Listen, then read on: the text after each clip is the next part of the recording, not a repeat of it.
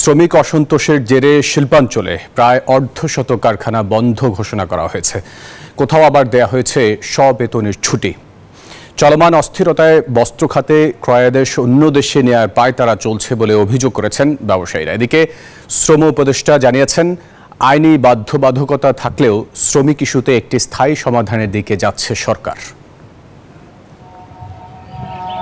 চলমান শ্রমিক অসন্তোষের জেরে বন্ধ আছে সাভার, আশুলিয়া ও গাজীপুরে শতাধিক কারখানা। বুধবার কিছু কারখানা অনির্দিষ্টকালের জন্য আর কিছু সবেতনে ছুটি দিয়েছে। সহিংসতার জেরে শিল্পাঞ্চলে পরিস্থিতি নিয়ন্ত্রণে পুলিশ ও বিজিবির পাশাপাশি সেনাবাহিনী মোতায়েন রয়েছে। কারওয়ান বাজারে Bangladesh textile mills association BTMA কার্যালয়ে জরুরি সংবাদ সম্মেলন বস্ত্র খাতের অচলাবস্থা নিয়ে। সংগঠনটির সভাপতি শওকত আজিজ রাসেল বলেন, বস্ত্র খাত নিয়ে বিদেশে নেতিবাচক বার্তা যাচ্ছে, হারাচ্ছে ক্রয়াদেশ। 60টা ফ্যাক্টরি বন্ধ হয়ে গেল।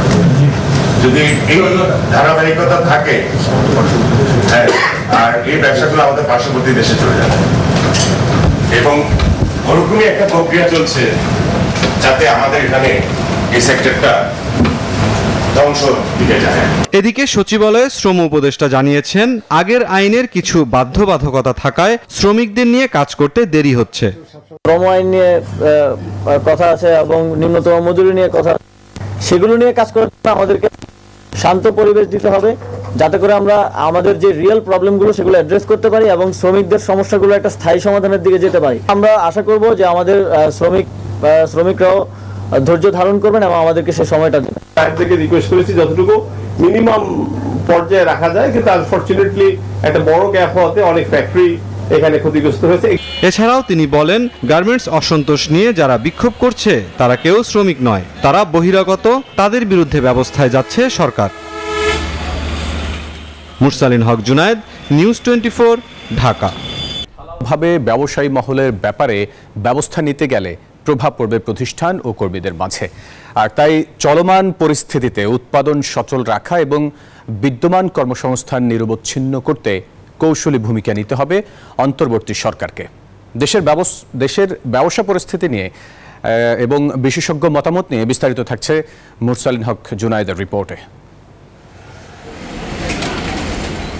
ছাত্র জনতার বিপ্লব পরবর্তী দীর্ঘ 1.5 দশকের ভঙ্গুর অর্থনীতির সামনে এখন ঘুরে দাঁড়ানোর নতুন স্বপ্ন। এই যাত্রায় প্রতিবন্ধকতা হিসেবে দেখা দিয়েছে কারখানা কেন্দ্রিক অস্থিরতা আর ব্যবসায়ীদের মধ্যে মামলার আতঙ্ক। এমন পরিস্থিতিতে ব্যবসায় শৃঙ্খলা ফেরাতে সরকারকে দ্রুত কার্যকর ভূমিকা রাখার তাগিদ বিশেষজ্ঞদের।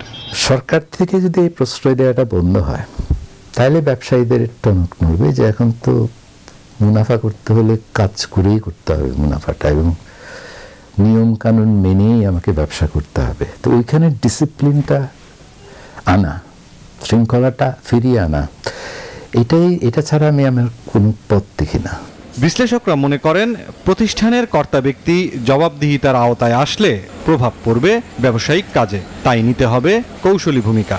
প্রধান যে ব্যক্তি তাকে যখন জবাবদিহিতার আওতায় নিয়ে আসা হবে, সেটা ডাউনস্ট্রিমে তার বিভিন্ন প্রতিষ্ঠানের কার্যকলাপের উপরেও এটার একটা নেতিবাচক প্রভাব পড়বে, এটা অস্বীকার করা যায় না। গেল 15 বছরে দেশের ব্যবসা খাতে অন্যায় কিছু হয়ে থাকলে ঢালাও ব্যবস্থার পক্ষে নন অর্থনীতিবিদরা। তাদের মতে, ন্যায্যতা প্রতিষ্ঠায় কোনোভাবেই বন্ধ করা যাবে না ব্যবসা। তাদেরকে জেল জরিমানা না করে যদি তাদের থেকে টাকাটা আদায় করা যায়, কিছুটা হলো মানে স্বাভাবিক এবং ন্যায্যতার পথে আসবে। ঋণ খেলাপি হচ্ছে যারা দুষ্কর্ম করেছে তাদেরকে অ্যাকাউন্টেবল করা হোক, দ্যাট শুড বি। কিন্তু ব্যবসা মানে ক্ষতি হোক বা ব্যবসা বন্ধ হয়ে যাক, সেটা আমি চাবো না।